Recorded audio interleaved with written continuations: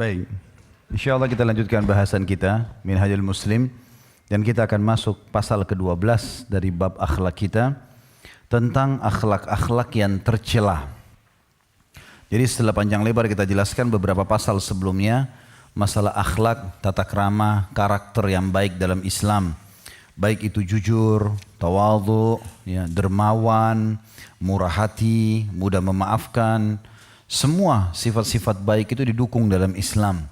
Bahkan kita sudah sebutkan motivasi-motivasi syariatnya. Bagaimana ayat-ayat Al-Quran sudah kita bacakan dan terjemahannya. Juga sabda-sabda Nabi Muhammad SAW sudah kita lantunkan dan bacakan. Semua itu berisikan perintah-perintah untuk berkarakter yang baik. Bahkan kita tahu dalam Islam, sampai kalau terjadi peperangan pun, sabda Nabi SAW, kalau kalian harus membunuhlah dengan cara yang santun. Tidak ada dalam Islam membakar, mutilasi. Kalau sampai terjadi peperangan pun dalam membela kebenaran agama, maka tidak boleh membunuh anak-anak, orang tua, orang yang menyerah, yang kemudian anak-anak, ya, hewan-hewan, tidak boleh merusak fasilitas umum, tidak boleh merusak tempat ibadah, tidak boleh membunuh tokoh-tokoh masyarakat dan seterusnya, kecuali memang orang-orang yang punya masalah, ya. Bahkan Nabi SAW dalam pembebasan kota Mekah telah menyuruh agar beberapa orang dihukum mati, tetapi akhirnya mereka kena datang minta maaf, dimaafkan oleh baginda Nabi SAW. Dan semua itu terangkumkan dalam akhlak yang mulia. Kita akan masuk teman-teman sekalian lawan daripada itu, rivalnya akhlak-akhlak yang tercelah. Dan Syekh Abu Bakar rahimahullah setelah membahas panjang lebar tentang masalah tawadhu, bagaimana seorang muslim merendah tapi bukan menghinakan diri. Merendah dalam arti kata, bagaimana dia mendahulukan orang lain, baik itu karena faktor umur, karena kedudukan, karena ingin berbagi sesama manusia. Maka beliau membahas setelahnya akhlak-akhlak yang tercela, dan yang pertama adalah kezaliman. Dan kezaliman teman-teman sekalian masuk dalam dua pintu. Bisa masuk kezaliman dengan tidak memberi hak orang yang berhak. Misal kita punya pegawai, lalu jadwal penerimaan gajinya sudah tentukan tanggal 30 misalnya. Kemudian kita sengaja menundahnya. Ini melanggar perintah Nabi Muhammad SAW yang berbunyi, berikanlah upah para pegawai kalian sebelum keringat mereka kering. Artinya sebelum waktu yang disepakati atau di waktu yang disepakati dan tidak boleh lebih. Kalau sampai kita lebihkan, misalnya kita berikan di tanggal 31 atau tanggal 1, kita harus mengucapkan maaf terlebih dahulu karena kita sudah telat dalam hak dia. Kezaliman juga termasuk kalau tidak memberi hak ahli waris, tidak memberi hak pasangan hidup, suami atau istri, tidak memberi hak anak, orang tua, tetangga. Ya, itu semua punya hak-hak syar'i. Kita sudah pernah pelajari dalam bab adab, ada adab kepada orang tua, adab kepada diri sendiri, adab kepada anak, adab kepada suami istri, adab kepada tetangga, adab kepada sama muslim, adab kepada orang non muslim, adab kepada hewan-hewan. Sudah panjang lebar kita jelaskan di bab adab itu. Maka Islam datang dengan luar biasa, memberikan hak orang lain. Bahkan orang yang melakukan kezaliman dengan tidak memberikan hak orang lain, dipastikan akan kena hukuman di dunia sebelum akhirat, dan di akhirat nanti sabda Nabi SAW, "Al-zulmu zulumatun yawmal qiyamah." Kezaliman itu akan menjadi kegelapan dan penyiksaan bagi pelakunya. Kezaliman yang kedua adalah selain tidak memberikan hak, juga masuk dalam masalah kezaliman menunda hak itu sendiri. Sebagaimana tadi sudah saya jelaskan, tidak memberikan haknya atau sengaja menunda hak itu. Dan bab ini sangat luas. Kata Syekh Abu Bakar rahimahullah, seorang muslim tidak boleh menganiaya dan tidak boleh dianiaya.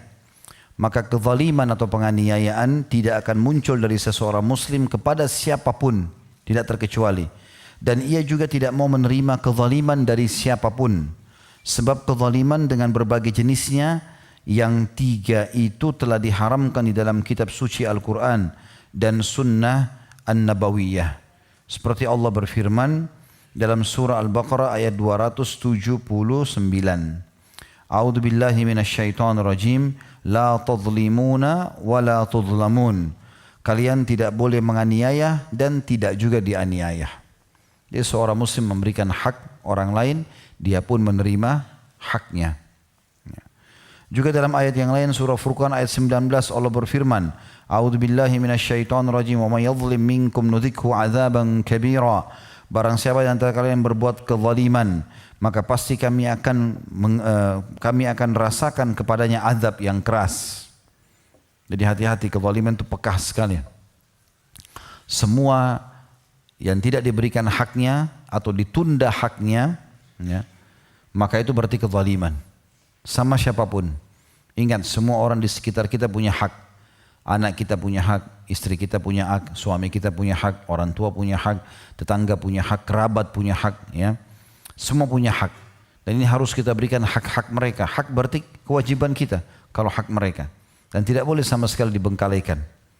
Sampai Nabi SAW mengatakan misalnya kepada kita tentang anak-anak, adillah di antara anak-anak kalian. Ya. Dan kalau bisa aku lebihkan, maka aku akan lebihkan anak perempuan. Tapi tidak boleh. Pemberian harus sama. Begitu juga tentang orang tua. Nabi SAW memerintahkan kita untuk berbakti kepada orang tua dengan sabdanya, ridho Allah kepada ridho kedua orang tua. Maka tidak boleh kita merusak ridhonya. Ridho artinya kepuasan. Kalau sampai orang tua kita tidak puas, ya, atau jengkel atau marah, maka itu berarti lawan daripada ridho. Kita tidak memberikan haknya.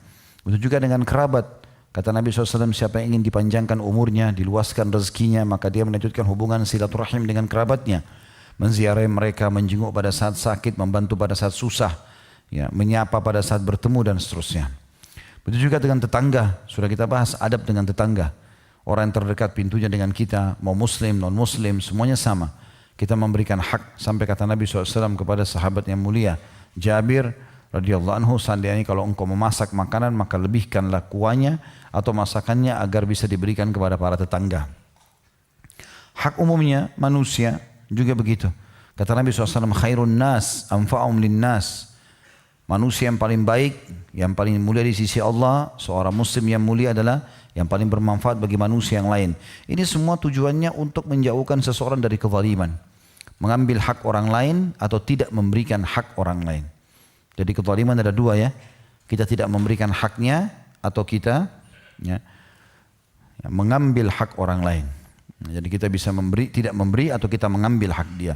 Maka semua masuk dalam kezaliman itu. Juga dalam sabda Nabi SAW, dalam hadis Qudsi, Allah Subhanahu wa taala berfirman, hadis ini riwayatkan Imam Muslim nomor 2577, ya ibadi inni haramtu dzulma ala nafsi wa ja'altuhu bainakum muharrama fala tadhahalamu. Wahai para hambaku, sungguhnya aku mengharamkan kezaliman atas diriku. Allah sendiri tidak akan mungkin menzalimi hamba-hambanya. Dan aku jadikan haram di antara kalian. Tidak boleh satu sama yang lain menzalimi. Maka janganlah kalian saling menzalimi. Jadi dilarang. Dan ingat teman-teman, kalau kita zalim pada orang seseorang hari ini, kita akan dizalimi besok. Kita santun dan baik pada orang hari ini, kita juga akan dibalas hal yang sama hari esok. Kita jenguk orang sakit hari ini, kita juga akan dijenguk pada saat sakit. Kita membantu orang susah, kita juga akan dibantu satu waktu. Ya. Juga dalam sabda Nabi SAW, hadis riwayat Muslim nomor 2578, kata Nabi SAW, ittaqul zulma fa inna zulma zulumatun yawmal qiyamah. Takutlah kalian dalam berbuat zalim. Sedikit pun hak orang lain jangan pernah diambil. Bukan hak kita, jangan disentuh. Jangan melampaui wilayah yang bukan wilayah kita. Ingat kata Nabi SAW, jangan kalian berbuat zalim, karena sungguhnya kezaliman itu penyebab kegelapan di hari kiamat. Kata sebagian ulama hadis, kesusahan hidup, kesusahan dalam hisab, beratnya siksaan hari kiamat itu akan datang semuanya. Karena satu orang saja kita zalimi, tidak memberikan haknya atau mengambil hak dia, maka sudah cukup untuk dia habisi pahala kita pada hari kiamat. Kata Nabi SAW, ya, kalau siapa yang memiliki masalah dengan saudaranya, maka dia harus menyelesaikannya di sini, di dunia, sebelum datang hari kiamat, di mana hari itu tidak ada manfaat lagi dirham dan dinar.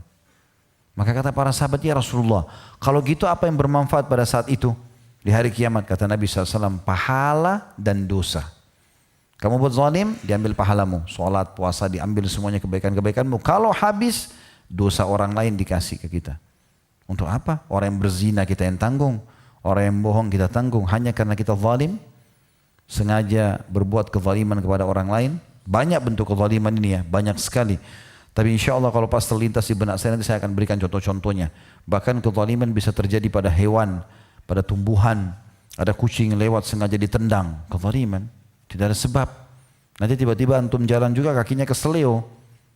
Ya, kita tendang dia kucing itu cuma sekali tendang hitungan detik, tapi kita keseleo 2 minggu sakitnya. Akibat daripada kita mengganggu makhluk Allah Subhanahu wa taala.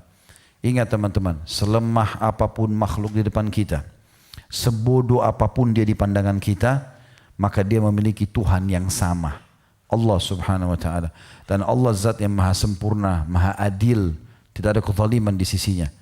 Dalam Al-Quran Allah mengatakan, A'udzubillahi minasyaitonirrajim, innallaha la yadhlimu mithqala dzarrah. Allah tidak pernah menzalimi walaupun seperti biji sawi. Wa in taku hasanatan yudha'ifha yu'ti min ladunhu ajran 'azima. Dan kalau seandainya pun orang berbuat kebaikan, maka Allah akan berikan dia pahala berlipat-lipat ganda yang banyak. Juga dalam hadis yang lain, di dalam hadis yang diriwayatkan oleh Imam Bukhari nomor 2453 dan Imam Muslim 1612, kata Nabi SAW, man dhalama qida shibrin tawwaqahu Allahu min sab'i aradin. Barang siapa yang menganiaya mengambil sejengkal tanah saja yang bukan haknya, maka Allah akan mengalungkannya 7 lapis bumi. Maksudnya pada hari kiamat. Banyak orang begitu patok tanah karena dia beli kafling, masih belum ada bangunan.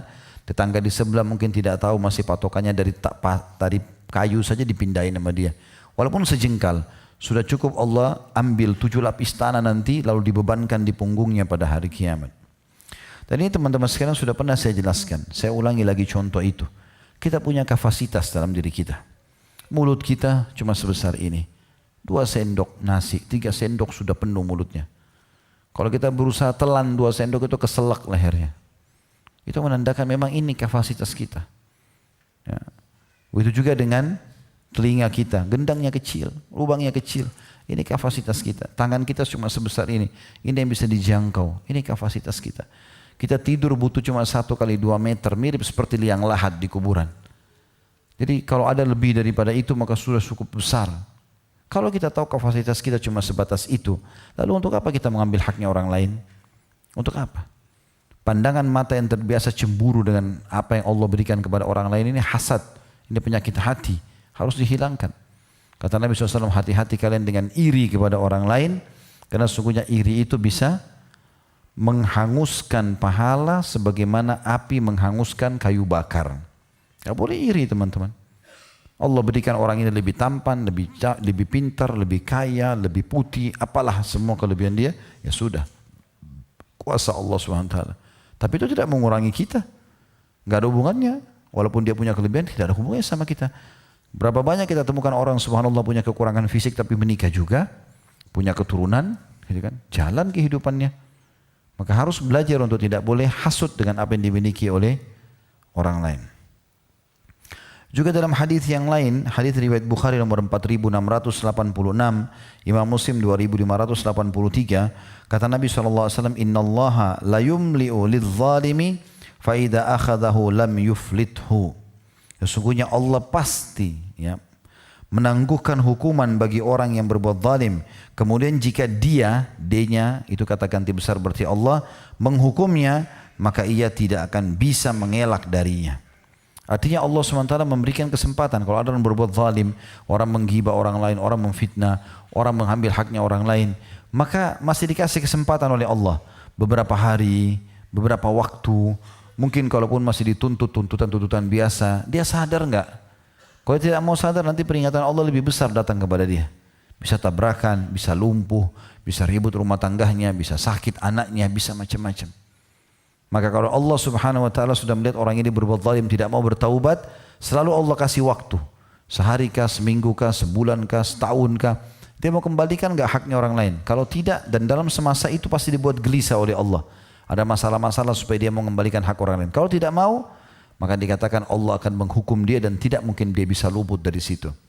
Ingat, tipu daya manusia terbatas. Dan semua tipu daya kezaliman, Allah punya tipu daya yang lebih hebat.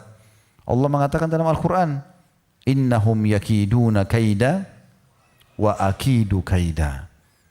Mereka mengatur tipu daya untuk menipu manusia, untuk mempermainkan dan membohongi, mendustakan agama Allah. Maka Allah mengatakan, aku pun mengatur tipu daya. Nanti manusia sudah habis maksimal ide-ide dia, Allah bongkar dengan satu masalah kecil. Jadi kadang-kadang subhanallah ada orang atur idenya, strateginya, segala macam. Ternyata Allah bongkar dengan satu kasus saja. Kelihatan orang, ketahuan A, B, C. Dia cuma bisa mengatakan, kok bisa ya? Pasti bisa, kuasa Allah SWT. Jangan terlalu bangga dengan ide, dengan kepintaran, dengan keutamaan. Ingat sekali lagi teman-teman, orang yang kita zalimi, hati-hati. Walaupun bodoh di mata kita, walaupun rendah derajatnya di mata kita, walaupun kurang secara fisik, dia punya Tuhan yang sama, Allah Subhanahu wa taala.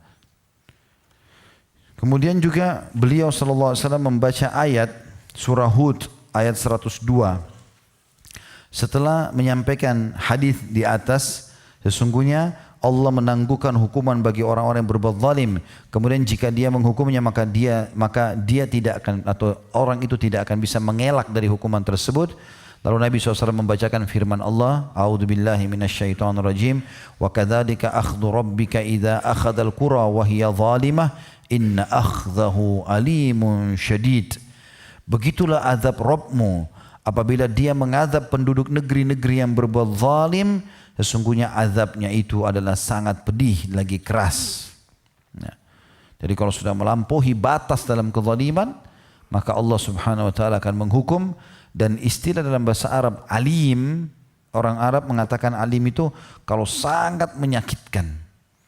Ya, kalau cuma sakit biasa itu orang bilang marad. Ya, orang ini sakit biasa. Tapi kalau orang sudah sakit yang luar biasa nggak tertahan, dia mengatakan alim. Ya. Atau indi alam, saya punya sakit yang mendalam. Allah mengatakan inna akhdahu alim, sesungguhnya hukuman Allah itu alim, sangat pedih, syadid, keras, ya. Menyakitkan sekali kalau sudah datang. Juga orang-orang terzalimi teman-teman, tidak ada hijab antara dia dengan Allah. Hati-hati doa ini, ya. Dalam hadis Bukhari nomor 1496 dan Imam Muslim nomor 19, doa orang seorang muslim diijabah oleh Allah, dan doa orang kafir tidak diterima sama Allah dalam kaidah Islam. Tetapi khusus untuk orang terzalimi semua diterima doanya. Kita seorang muslim tapi kita zalimi orang non muslim. Kita punya perusahaan, kita nggak kasih gajinya, ini non muslim nggak usah dikasih, misal contoh saja, maka itu kezaliman. Kalau dia berdoa sama Allah, Allah ijabah. Walaupun dia belum dimasukkan kategori orang yang beriman sebagaimana kita beriman, tapi nggak ada kezaliman. Makanya kata Nabi SAW, wattaqi da'watal mazlum fa innahu laisa bainahu bainallahi hijab. Takutlah kamu terhadap doanya orang yang teraniaya, karena sungguhnya tiada penghalang antara doanya dengan Allah. Artinya Allah bisa terima. Kalau dia doakan keburukan, kita bisa tertimpa. Ya. Ada 3 macam kezaliman kata Syekh Abu Bakar rahimahullah. Kezaliman yang pertama adalah kezaliman hamba kepada Rabbnya, yang pada hakikatnya bukan menzalimi Tuhan, akan tetapi kembali kepada dirinya sendiri, yaitu kufur kepadanya. Allah Subhanahu wa taala berfirman dalam surah Al-Baqarah ayat 254, A'udzu billahi minasyaitonir rajim wal kafiruna humuz zalimun. Dan orang-orang kafir itu adalah orang-orang yang zalim. Maksudnya zalim terhadap diri mereka sendiri. Dia tidak memberikan hak dirinya. Dan kafir sudah kita jelaskan ada 2. Ada kafir yang sifatnya mutlak. Memang sudah kafir udah. Ya, dia tidak punya ya Tuhan, seperti ateis, ya. Orang-orang komunis, nggak ada Tuhannya. Dia bahkan tidak yakini Tuhan, bahkan mereka memerangi orang-orang yang meyakini ada Tuhan. Dan ada orang kafir secara substansial saja, seperti ahli kitab, Yahudi dan Nasrani tadi saudara kita dari Katolik. Ya, teman-teman ini beriman kepada Allah, beriman kepada Nabi Musa, beriman kepada Nabi Isa. Tapi karena mereka masih menolak risalah Nabi yang datang setelah Isa alaihissalatu wassalam, maka dikatakan kafir. Tapi kafir pada substansial itu. Maka ini juga masuk dalam kezaliman. Mereka zalimi diri mereka sendiri. Apa yang melarang Yahudi dan Nasrani untuk mengimani risalah Nabi Muhammad SAW? Toh kita umat Islam meyakini Isa alaihissalam, meyakini Musa alaihissalam. Tidak ada sekarang orang Islam mengatakan Isa bukan Nabi, kafir dia. Bahkan kata Nabi SAW, siapa yang bersyahadat, meyakini la ilaha illallah lalu meyakini bahwasanya aku adalah benar utusan Allah, meyakini Isa adalah utusan Allah, meyakini surga itu benar adanya, neraka itu benar adanya, maka dia akan dimasukkan oleh Allah ke dalam surga sesuai dengan kadar amal yang dia lakukan. Jadi jelas sekali, ya. Orang zalim dengan dirinya karena dia jurumuskan dirinya pada kesalahan-kesalahan. Juga berupa kesyirikan, dan syirik sudah kita jelaskan, menyekutukan Allah, mempartnerkan Allah dengan makhluk, seperti menyembah Allah tapi juga masih menyembah berhala, pakai jimat, pohon, keramat dan seterusnya. Juga berupa kesyirikan, menyekutukan Allah SWT di dalam beribadah dengan memalingkan sebagian ibadah kepada selain Allah. Allah berfirman dalam surah Luqman ayat 13, A'udzu billahi minasyaitonir rajim, innasyirka ladzulmun azim. Sesungguhnya mempersekutukan Allah adalah benar-benar kezaliman yang besar. Yang kedua, selain kezaliman hamba kepada Tuhannya, karena dia tidak beriman kepada Allah, maka dia zalimi diri sendiri. Kezaliman hamba kepada sesama hamba dan makhluk Allah lainnya, yaitu dengan mengganggu kehormatan fisik atau harta tanpa alasan yang benar, tanpa ada sebab. Ya, mungkin karena begitu ada orang sering iseng, ya, dia gosipin tetangganya, masuk kantor, ada saja iseng yang dilakukan. Dan sudah pernah saya bilang teman-teman, dalam Islam tidak ada perilaku iseng ini. Sengaja gangguin, sengaja kagetin, tidak boleh dalam Islam. Kita juga nggak mau begitu, ya? Jangan dibuat ini. Berapa kali banyak orang begitu dikagetkan, akhirnya dia ada jantung, shock, jatuh, masuk rumah sakit, bisa meninggal. Pernah kita jelaskan teman-teman, kalau yang ikuti materi saya di dosa-dosa besar, itu dosa besar yang kedua kalau nggak salah membunuh. Salah satu faktor membunuh itu bukan cuma sekedar ambil pisau tusuk badan orang atau mengambil pistol menembaknya. Tapi termasuk dalamnya adalah penyebab yang membuatkan orang itu mati. Itu bisa masuk dalam kategori membunuh. Ya, di antaranya orang mengagetkan orang lain. Mungkin dia kaget, dia jatuh dari jendela meninggal. Mungkin dia jatuh kebentur kepalanya, masuk rumah sakit, berapa hari kemudian meninggal. Itu sebabnya. Pernah waktu seorang wanita Yahudi meracuni Nabi SAW di Khaybar, ya kan? Ada satu sahabat yang sempat juga ikut makan kambing yang ada racunnya itu. Tapi Nabi SAW waktu masuk di mulut beliau, beliau membuangnya. Racun itu pun sudah saking kerasnya, kata Nabi SAW, terus mengganggu urat-uratku, ya, sampai aku merasa ia seperti membunuhku. Tapi ada sahabat sempat memakan lalu tertelan. Sakit keras sahabat itu. Tapi waktu sakit, Nabi SAW belum tangkap wanita Yahudi itu. Begitu dia meninggal, Nabi SAW panggil wanita itu dikisos, dipenggal juga. Tapi sudah menjadi penyebab matinya orang ini. Ya ternyata menjadi penyebab juga sudah cukup untuk menanggung dosa itu. Saya juga jelaskan di situ, kalau misal seorang istri, pada saat dia suaminya lagi pergi kerja, kemudian dia lagi mengepel, lantai lagi dikasih sabun sehingga licin. Lalu kemudian dia pikir suaminya sudah jalan, temannya telepon, dia enggak menyelesaikan dulu mengepelnya, lagi telepon sama temannya asyik. Ternyata suaminya lupa handphone, balik ke rumah, jalan di lantai kepleset, kebentur kepalanya, jatuh, kebentur mati. Istrinya sama dengan membunuh suaminya. Tanggung jawab dia itu, kenapa dia biarkan? Kan bisa telepon nanti sebentar, gitu kan? Atau sebaliknya, seorang suami, istrinya mengatakan, ini rumah bocor, atau ada ini dan itu berbahaya, ini listrik nih, rusak, tolong diperbaikin, kalau saya kena sama anak-anak bisa kesetrum nih. Oh iya gampang, tunda. Istrinya satu waktu habis ngepel, tangannya basah, gak sengaja pegang listrik itu kesetrum, jatuh, mati. Walaupun dia sendiri yang pegang listrik, tapi siapa penyebabnya? Ngaku. Laki-laki penyebabnya. Tidak boleh. Ya. Penyebab juga orang memberikan obat yang salah, mengkonsumsi yang salah, bisa masuk dalam kategori bunuh diri, membunuh orang lain, meminum obat lebih dari dosisnya, sudah dokter ingatkan, itu semua masuk dalam kategori bahaya. Menzalimi diri sendiri, menzalimi orang lain, bahaya sekali. Ya. Jadi hati-hati dari perilaku-perilaku ini teman-teman, karena bermula dari bercanda. Bercanda boleh dalam Islam, tapi bercanda yang benar. Nabi SAW kalau bercanda dengan para sahabat tertawa tapi berita benar, bukan direkayasa, bukan sengaja kaget-kagetin orang. Jadi setiap orang ketemu kita orang nyaman, karena kita itu tidak ada sesuatu yang iseng isinya. Juga atau ini diambil daripada sabda Nabi SAW. Jadi kita tidak boleh, saya ulangi, kezaliman hamba, ini kezaliman yang kedua, sesama hamba dan makhluk Allah lainnya, yaitu dengan mengganggu kehormatan, fisik atau harta, tanpa alasan yang benar. Bukan hak antum, jangan ambil. Ingat teman-teman yang bekerja jadi pegawai, akadnya jam 7 pagi sampai jam 5 sore, datang jam 7 lewat 5 menit, 5 menitnya harus minta kehalalannya. Karena antum akadnya jam 7, harus dipatuhi. Instruksi apa di kantor, lakukan sesuai dengan instruksi. Lebih dari instruksi atau tidak minta izin, dosa. Nggak boleh. Walaupun niat antum baik. Tidak usah ditambah dengan niat baik. Karena kita punya tugas dalam bekerja. Kecuali memang yang punya perusahaan bilang, silahkan lakukan ini dan itu. Kalau enggak boleh. Haram dalam Islam. Ini kezaliman besar. Hati-hati. Dengarkan hadisnya.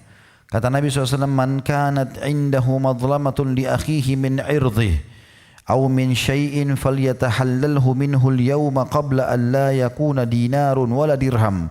In kana lahu amalun salihun ukhidha minhu biqadri madlamati wa in lam yakun lahu hasanatun ukhidha min sayyiati sahibihi fahumila alaih. Barang siapa pernah melakukan suatu kezaliman terhadap saudaranya berkenaan dengan kehormatan atau selainnya. Jadi pernah kezaliman, merusak citranya orang, menggosipi dia, memfitnah, buat apalah. Maka hendaklah dia meminta kehalalannya darinya hari ini. Minta maaf segera. Kalau itu dalam bentuk perusakan citra, gosip, fitnah, perbaiki gosip dan fitnah itu. Kalau itu dalam bentuk materi, selain bertobat sama Allah, kembalikan haknya. Sebelum datang hari yang tidak lagi bermanfaat dinar dan dirham. Tidak lagi gunanya uang. Di hari kiamat tidak laku lagi rupiah, dolar, euro, nggak ada lagi. Orang nggak mau terima itu. Jika ia memiliki amal yang baik, akan diambil seukuran kezalimannya. Dan jika ia tidak mempunyai kebaikan, maka akan diambilkan keburukan saudaranya, lalu dipikulkan kepadanya. Hadis selanjutnya, kata Nabi SAW, man iqtata'a haqqa mri'in muslimin biyamini faqad aujaballahu lahun nar wa harrama alaihi al-jannah. Faqala rajul wa in kana yasiran ya Rasulullah, qala wa in kana qadhiban min arak. Artinya, barang siapa yang mengambil hak seorang muslim dengan sumpahnya. Jadi misalnya bukan haknya, dia mengatakan demi Allah punya saya, dia bohong. Maka Allah akan memastikan baginya neraka dan mengharamkan baginya surga. Seseorang bertanya, meski hanya sepele wahai Rasulullah. Kalau terjemahan letterletnya itu, ya qadiban min arak, artinya potongan kecil dari ranting pohon. Kalau itu saja yang diambil, bagaimana ya Rasulullah? Kata Nabi SAW, meskipun hanya sekerat batang siwak. Hadis ini hadis sahih riwayat Bukhari nomor 6534. Jadi kalau pernah ambil pulpen teman, pernah apalah untuk ambil sesuatu, datang ke rumah orang, makan tanpa izin, ya, maka harus hati-hati ya. Harus hati-hati teman-teman. Karena ada orang begitu, haknya orang. Parkir motor, parkir mobil, bayar. Jangan main lari aja. Sudah dijagain motornya, pengajian, lari. Ilmunya nggak bermanfaat. Kenapa lari dari sedekah 2.000, 4.000? Kenapa lari? Ada orang lari begitu. Pintu tol lari, dikejar sama polisi, malu-maluin. Gara-gara 7.000 rupiah. La haula wa la quwata illa billah. Nggak boleh. Nah. Jadi walaupun sedikit saja, cuma cuilan kayu, tetap tidak bisa. Nggak boleh ada kezaliman. Kembalikan semuanya. Ya, saya subhanallah tidak pernah melupakan dan saya sudah pernah sampaikan itu. Ada guru saya di Madinah, beliau selalu pakai 2 pulpen. Saya selalu ingat kisah itu. Satu dipakai untuk kebutuhan rumahnya, satu dipakai untuk kebutuhan kantor. Saya pernah tanya, kenapa Syekh 2 pulpen? Dia bilang, satu ini saya dibelikan untuk urusan kantor. Yang satu untuk keluarga saya. Itu pulpen tidak mau dipakai untuk di rumah. Antum bawa pulang pulpen satu lusin ke rumah. Kenapa? Di kantor banyak. Memang banyak. Bukan untuk dibawa pulang. Untuk dipakai setahun. Nggak boleh. Kalau antum berhenti dari tempat kerja, kembalikan haknya semua. Fasilitas handphone yang pernah dikasih, apa saja, laptop, kembalikan semuanya. Bukan hak antum itu. Itu haknya kantor, nggak boleh. Ini mumpung saya dipecat, bawa lari semuanya. Nggak boleh. Haram ini. Ya, teman-teman yang kontrak rumah, kos-kosan, jangan rusak tempat orang. Tutup pintunya baik-baik, ya, pakai AC-nya, listriknya secukupnya, bersihkan kamar mandinya, memang begitu. Nggak boleh antum berbuat kezaliman. Ya, sebagaimana kita dipinjamkan awal, begitu kita kembalikan. Nggak boleh. Orang kalau sewa mobil, rental mobil begitu. Tulisannya ini ya, baik ya Pak, lampunya nyala, ini sekarang. Iya. Nggak boleh lubang diterabas. Kenapa? Mobil rental. Nggak apa-apa, saya sudah bayar. Zalim, nggak boleh. Haram ini. Antum mau nggak kalau mobil antum digituin? Kan nggak mau. Ya. Kemudian juga dalam masalah menumpahkan darah. Ini disebutkan di dalam hadis yang sahih diriwayatkan oleh Imam Bukhari nomor 6862. Kata Nabi SAW itu tadi itu yang masalah hadis tentang masalah walaupun hanya seperti sekerat batang siwak atau cuma secuil dari batang siwak juga tidak boleh berbuat zalim, itu adalah hadis Muslim nomor 137. Sekarang kita masuk ke hadis riwayat Bukhari nomor 6862. Kata Nabi SAW, la yazalal mu'minu fi fushatin min dinihi ma lam yusib daman harama. Seorang mukmin selalu berada dalam kelapangan agamanya selama tidak menumpahkan darah yang diharamkan. Artinya di antara semua dosa, membunuh ini paling berat. Karena dia akan selalu merasa terbebani. Ya umumnya kata ulama, walaupun dia sudah taubat, dia terlalu terbebani dengan masalah itu. Makanya teman-teman sudah pernah saya kasih kata kuncinya. Kalau diajak bertengkar dengan orang, tinggalkan. Gak usah layani. Kau pengecut, kau begini. Ya sudah, gak apa-apa. Biarin aja ngomong sampai capek. Suruh dia bertengkar sama tembok, sama pohon, sama batu. Biarin aja. Gak usah dilayani. Kalau kita diserang, ya kita bela diri. Ya itu mungkin. Tapi untuk apa habisin waktu? Kalau ada orang sengaja mancing emosi kita, itu berarti memang dia yang ingin itu.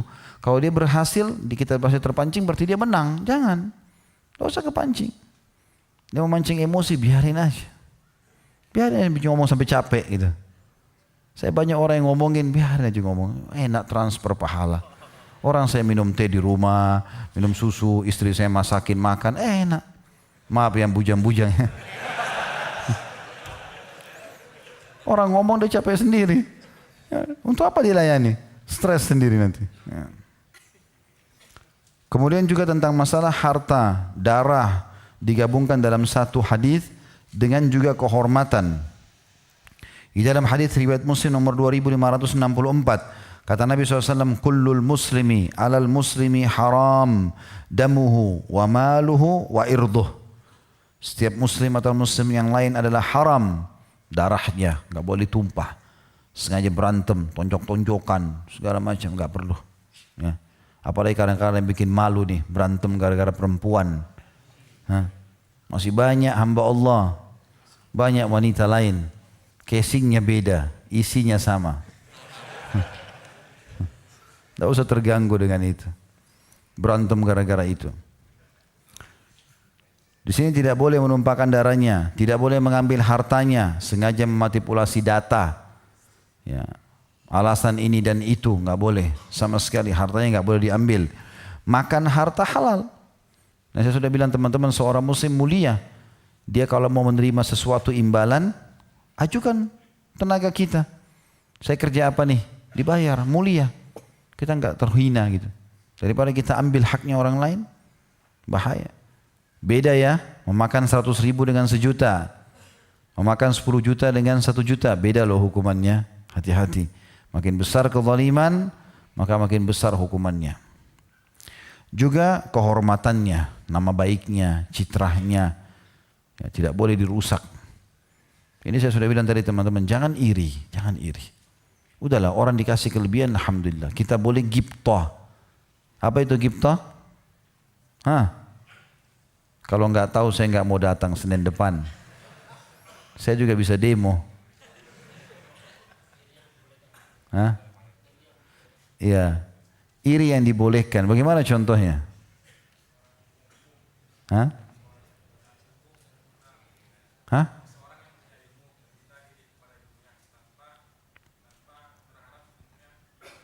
Ya.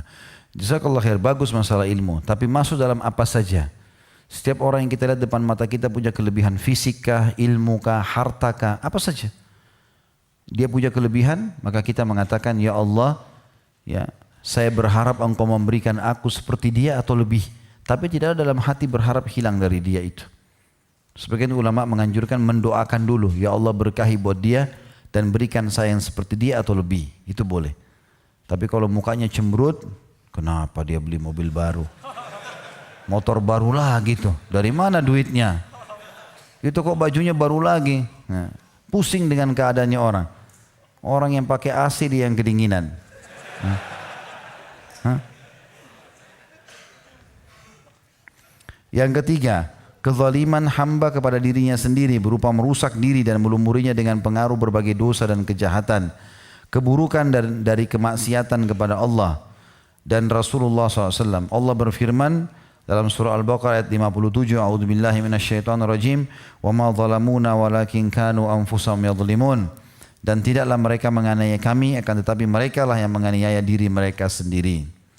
Pelaku dosa besar dan kekejian pada hakikatnya menganiaya diri sendiri karena menjurumuskannya kepada akibat-akibat yang buruk dan kegelapan. Sehingga pelakunya menjadi orang yang dilaknat Allah dan jauh darinya. Ini macam-macam kezaliman, zalim kepada Tuhannya, ya, tidak memberikan hak Allah, zalim kepada sesama hamba dan zalim terhadap diri sendiri. Ini masalah yang pertama atau akhlak tercela yang pertama, zalim kepada orang lain. Masuk yang kedua, iri dan dengki. Sudah ada pertanyaan belum? Sedikit. Bagus kalau sedikit. Baik, kita masuk ke masalah iri dan dengki. Akhlak buruk yang kedua, seorang muslim tidak mendengki, iri. Ya. Dengki bukanlah akhlak maupun sifatnya, selagi yang mencintai kebaikan untuk masyarakat umum dan lebih mengutamakannya daripada untuk dirinya sendiri. Sebab kedengkian menghilangkan dua akhlak yang mulia ini, yaitu cinta kebaikan dan ithar atau mendahulukan orang lain. Ini sudah pernah kita bahas ya. Seorang muslim tidak suka mendengki, bahkan membencinya, karena iri dengki adalah menentang pembagian Allah akan karunia-Nya kepada para makhluknya. Allah berfirman dalam surah An-Nisa ayat 54, A'udzu billahi minasyaitonir rajim. Am yahsuduna an-nasa 'ala ma atahumullahu min fadli. Al-ayah. Apakah mereka dengki kepada manusia atau kepada Nabi Muhammad SAW lantaran karunia yang telah Allah berikan kepadanya? Juga di dalam surah Az-Zukhruf ayat 32 Allah berfirman, A'udzu billahi minasyaitonir rajim. Ahum yaksimuna rahmat rabbik nahnu qasamna bainahum ma'isyatahum fil hayatid dunya wa rafa'na ba'dahum fawqa ba'din darajat. Al-ayah. Apakah mereka yang membagi-bagi rahmat Rabbmu? Lalu tanda tanya di situ. Artinya orang-orang yang hasud dan dengki itu, apakah mereka yang membagi-bagi? Ya. Kami telah menentukan antara mereka, penghidupan mereka dalam kehidupan dunia, dan kami telah meninggikan sebagian mereka atas sebagian yang lain dengan beberapa derajat. Ya Allah SWT yang mengatur itu. Kenapa ini lahir di wilayah orang bule, kenapa jadi bule, ini orang Arab, ini orang Melayu, kenapa ini tinggi, kenapa ini putih, kenapa ini dan seterusnya, rambutnya keriting, rambutnya lurus. Itu semua Allah SWT yang berikan. Kita tidak perlu hasud. Ya. Dua macam iri dan dengki. Yang pertama, seseorang mengharapkan hilangnya nikmat harta, ilmu, kehormatan, kedudukan maupun lainnya dari orang lain agar pindah kepada dirinya. Ini sudah jelas. Yang kedua, yang lebih jelek yaitu mengharapkan hilangnya nikmat pada orang lain meskipun tidak pindah kepada dirinya dan ia tidak mendapat bagian apapun darinya. Ya, tadi saya kasih contoh, tetangga baru beli mobil, dia sakit hati, gak enak. Starter mobil, tuh mobilnya ribut, padahal mobilnya mesinnya pelan. Ya. Orang klakson sedikit, tuh mentah-mentah mobil baru, ribut sendiri. Dia hasut, selalu iri. Kadang-kadang ngomong sendiri, masuk kamar mandi ngomong sendiri, masuk di dapur ngomong sendiri, karena sering hasut sama orang. Jadi dia ngomong-ngomong sendiri di mana-mana. Ya, itu biasanya bukan orang gila ya, tapi orang hasut. Kalau dia memang tidak waras ya mungkin gila, tapi umumnya orang biasa begitu. Ya. Karena mereka terlalu banyak hasud dengan orang jadi seperti itu. Pas tetangganya mobilnya tabrakan, tuh kapok, rasain. Sampai suruh pakai mobil baru. Sedangkan al-iktibat atau iktibat bukan termasuk hasad, gibta ya. Karena ia hanya menginginkan memperoleh nikmat seperti kenikmatan orang lain berupa ilmu, harta maupun kenyamanan lainnya tanpa menginginkan hilangnya nikmat tersebut dari orang lain. Karena Rasulullah SAW bersabda, La hasada illa fitnatain, rajulun atahu Allahu malan fasallatahu ala halakati fil haq, wa rajulun atahu Allahu al-hikmata fahuwa yaqdi biha wa yu'allimuha. Tidak boleh iri. Ya, iri yang di sini maksudnya adalah iri yang dibolehkan, tidak mengharap nikmat itu hilang darinya.